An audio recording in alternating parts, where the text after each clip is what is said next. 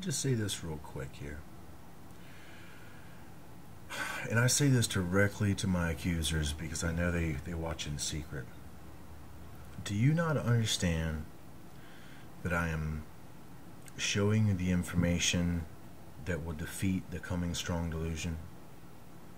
Do you not understand that this is the information that you can offer to the accusers of Christianity that say that our God is corrupt, that our God is wicked, that he orders all these murders and he orders all these deaths, because it's right there in the scripture? Why don't you understand that? Why don't you understand that the Spirit of Truth is literally giving us the tools right out of the Bibles that we have had in front of our faces for all these years, the tools to overcome this strong delusion? And at the same time, it liberates us into the arms of a perfect Father and not a wrathful and judgmental being. You know, some angry and jealous king-like titan. And have you ever asked yourself why you don't hear Jesus Christ calling God Yahweh? I mean, does that not automatically ring some bells?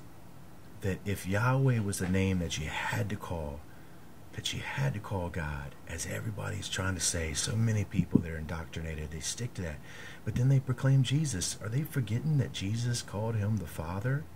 Are they forgetting that Jesus refused to write written word that could be recorded in tablets or books? Are you forgetting that? Don't you know why? If Jesus Christ wanted you to be bound to some doctrine or some letter, don't you think he would have wrote some books? Don't you think that? If Yahweh was the name that you had to call it by the Jewish decree, wouldn't you think Jesus would be saying Yahweh? Isn't he supposed to be the true shepherd?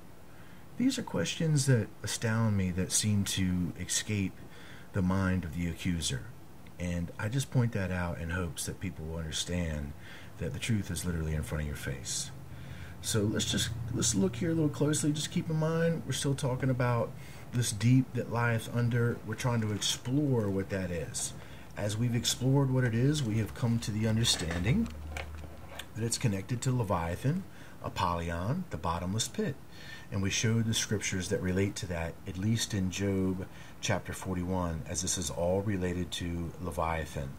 So we see here at the bottom that this deep is hoary. Now, we're going to find out, and even if you look in the concordance, this hoary deep is going to connect us further in Job in a description.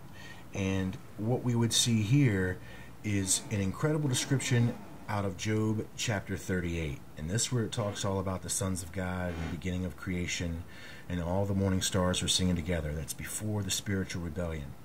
The whole thing eventually goes up to this binding of the sweet influences of the Pleiades, or the loosing of the bands of Orion. And we all know that that's related to these beings, the Danites, and what's about to come upon this world. As you see that it even describes in verse 33 about the ordinances of heaven, and canst they, these beings, set their dominion upon earth. As I told you, that relates to the sixth seal, the tetrahedron. Here's what's important to us. Remember, as I told you, that these Ephraimites were responsible for trying to use the knowledge of the occult pit to bring about this being. Listen to line 30 in relationship to what I've said. The waters are hid as with a stone, and the face of the deep is frozen. That's the hoary deep that you just saw portrayed to you, that the Antichrist is connected to. The hoary deep is this frozen deep. As I told you, they're connected to the North Pole in connection. So now we see the relationship that they want to set their dominion upon earth, as I told you, and that we go further into this understanding and we find out that we're talking about the same hoary frost, this hoary deep, and that the waters are being hid with the stone. Okay, now this isn't the millstone connection. This is the stone connection that we saw right here in chapter 49, verse 24. But his bow abode in strength. We're talking about Ephraim. And the arms of his hands were made strong by the hands of the mighty God of Jacob. From thence is the shepherd, the stone of Israel. This is the stone of Israel that's been hiding the presence of the understanding of where they get their occultic knowledge from this hoary face of the deep.